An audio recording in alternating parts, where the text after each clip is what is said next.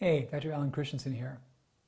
I've talked about fuel as being all the things your body can use for energy, and that's the carbohydrates, the fats, the ketones.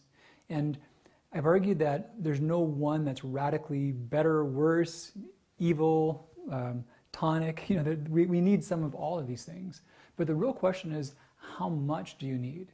How much total does your body need to work well? And a couple of easy ways to think about that. I like the concept of fuel over the concept of calories for a couple of reasons. And one of which is that calories are not all equal. Some foods have calories, but they also have so much fiber and so much resistant starch that they work differently. The data is also strong that protein works differently than other sources of calories. Protein has the most satiety per calorie, meaning that it'll fill you up the most. It also raises basal metabolic rate and helps to increase muscle mass. So it does get a freebie in terms of the fuel load.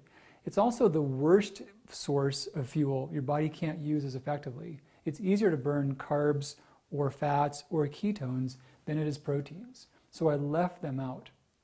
And the quality is highly important, but the quantity can matter sometimes even more. So for example, fructose. I've talked about fructose being one of the more harmful versions of carbohydrate, and data has shown that it can harm your liver. But when you look really deep at the details, the data mostly comes from animal studies, but not to ignore it, but it comes from studies in which animals are overfed and then given fructose on top of a diet. There have been similar studies in which fructose is in the context of an appropriate amount of fuel, and now there's no more harm from that. It's only when you've got a diet and you add fructose on top of it that's harmful. And the same thing can be said of really any other fuel source. You can take an existing diet and pile carbs on top of it, or pile fat on top of it, or pile ketones on top of it. And in any of those cases, you're going to have the same thing. Your body will have a preponderance and a burden of oxaloacetate, and you can't utilize that. So you got to leave more in circulation, which hurts the blood and makes your body resistant to whatever kind of fuel you're consuming. You can get insulin resistant, you can get resistant to fats, you can resist ketones. It's not magic to one of those over the others. And that's why whenever there have been studies done on how weight loss works on different fuel mixtures, it all looks the same. There's no big advantage to one type over another. So think about your overall needs throughout the course of a day.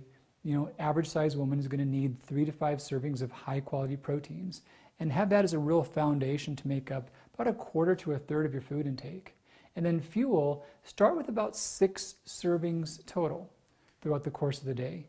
And of carbohydrate, 3 to 4 servings is a good range. Fats, 2 to 3 servings is a good range.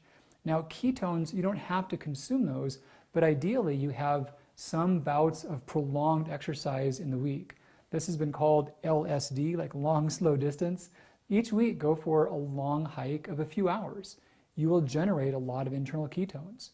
And then also have your supper earlier along in the evening and have no food afterwards till morning.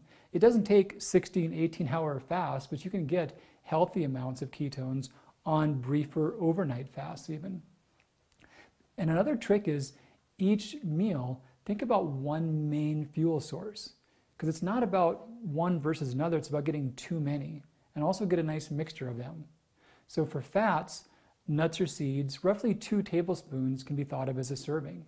If you're talking about a purified oil, that's more like 2 teaspoons. For carbs, cooked grains, cooked beans, about 1/2 cup can be thought of as a serving in terms of the fuel discussion. For the high carbohydrate veggies, potatoes, squash, sweet potatoes, more like 3/4 cup can be thought of as that serving.